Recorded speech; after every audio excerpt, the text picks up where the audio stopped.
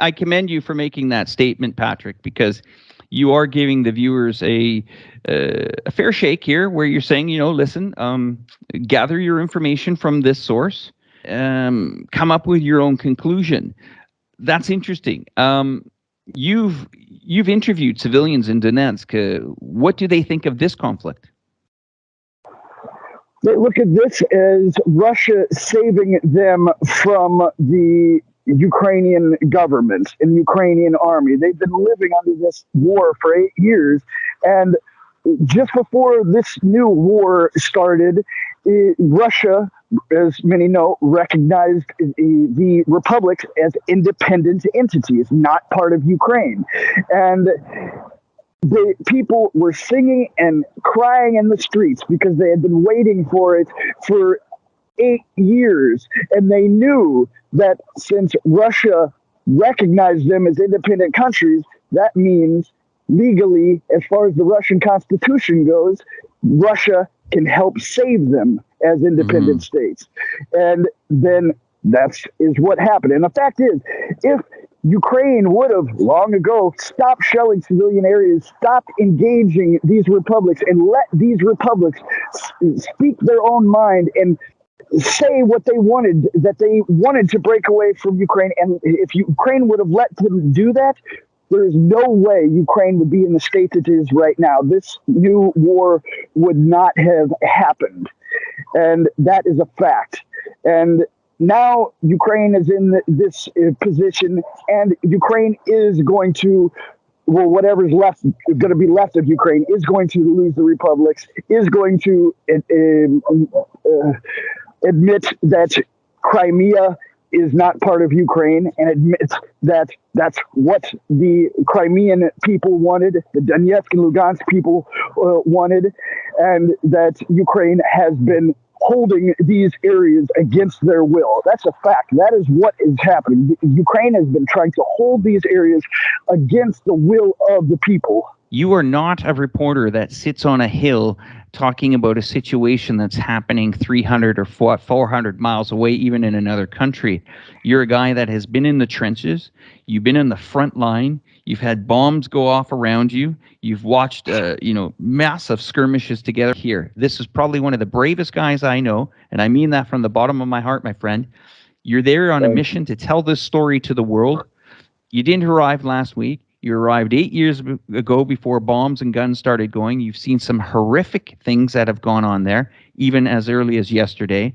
I mean, this is a massive sacrifice for, a lot of people in this situation. The U.S. has unilaterally imposed a raft of sanctions on Russia. What influence do they have on the local people's lives, even in where you are right now? Like the U.S. has imposed a lot of sanctions on Russia. Has that massively affected even the area you're in right now? Well, yes, it has, and this is for the first time. And everyone knows that over the last 8 years, there's been many sanctions against Russia for the accusations of their involvement in this conflict and in the situation in Crimea. But that has always, for the last 8 years before this escalation, you could say, has not really affected the Donbass because everything was still connected to Ukraine. It affected Crimea because everything was cut off immediately from Ukraine. But now, just in the last couple of weeks, direct sanctions are even coming against the people of these republics. Like, for example, Zoom does not work in these republics because of sanctions. And many other websites and different things. And, so let's say payment things like Western Union, MoneyGram, all these things are pretty much wiped off, right? Well, as far as these republics themselves, there haven't been Western Unions or MoneyGrams or even ATMs, international ATMs that have worked here Wow. since 2014. Yeah, the end of 2014 when everything switched from the Ukrainian hryvnia to the Russian ruble. Now, with these new sanctions, everything financially is shutting down in Russia as well. Western Union, MoneyGram, even bank transfers.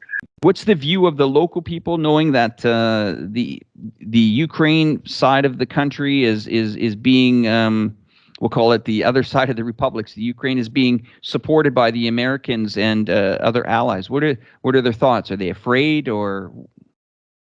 Well, the people of Donetsk and Luhansk republics look at it as those weapons that are being sent by the Western powers and Western countries will be used against their civilian areas. Now, this has been the opinion of the last 8 years, because now for the last month, 2 months, it's been very public that the Western powers have been supporting Ukraine with lethal aid, as they call it. But the fact is, it didn't just start. Yeah, it's in its most intense part that it has been in so far, but aid has been coming from the West, lethal aid for years. And I myself have even seen Western aid used on a civilian electro power plant.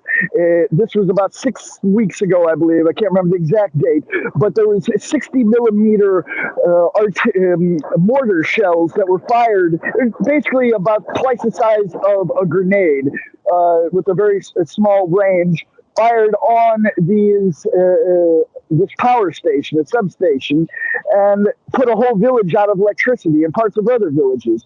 And this is just some of the tactics that the Ukraine forces have been using on the civilian population of these republics. And these people just look like all this aid that's going to help Ukraine is just going to hurt the people here. As far as what the people on the West side think, I can only speculate, because I don't go there, because Ukraine doesn't allow journalists who have reported here for an extensive period of time report from that side. I can imagine. Yeah. A couple of more serious questions, and then we'll wrap this interview up. I mean, what do you say to people that says Putin's invaded Ukraine. The Ukrainian people are displaced. This is an invasion. I'm just quoting what some of the Western media is saying. What do you say to something like that? With all the Ukrainians that have been massively displaced, I think there's up to 10 million. That's the number. What do you say to the critics if they ask you the question, how dare Vladimir Putin invade the innocent people of Ukraine? Well, it's a hard question, because war is a horrible thing, and this is what's happening now. It's a fact. He's moved in and is. I don't think he's trying to take over all of Ukraine, but he's trying to make a big change, because there's been the attempts of the Minsk agreements and all different agreements over the last 8 years, and it's just all roots back to Donbass and these republics, and Ukraine not willing to let them go and have their own right to self-determination. And it seems like Putin just got sick of it and fed up, and he decided that there's going to be a massive change. But I mean,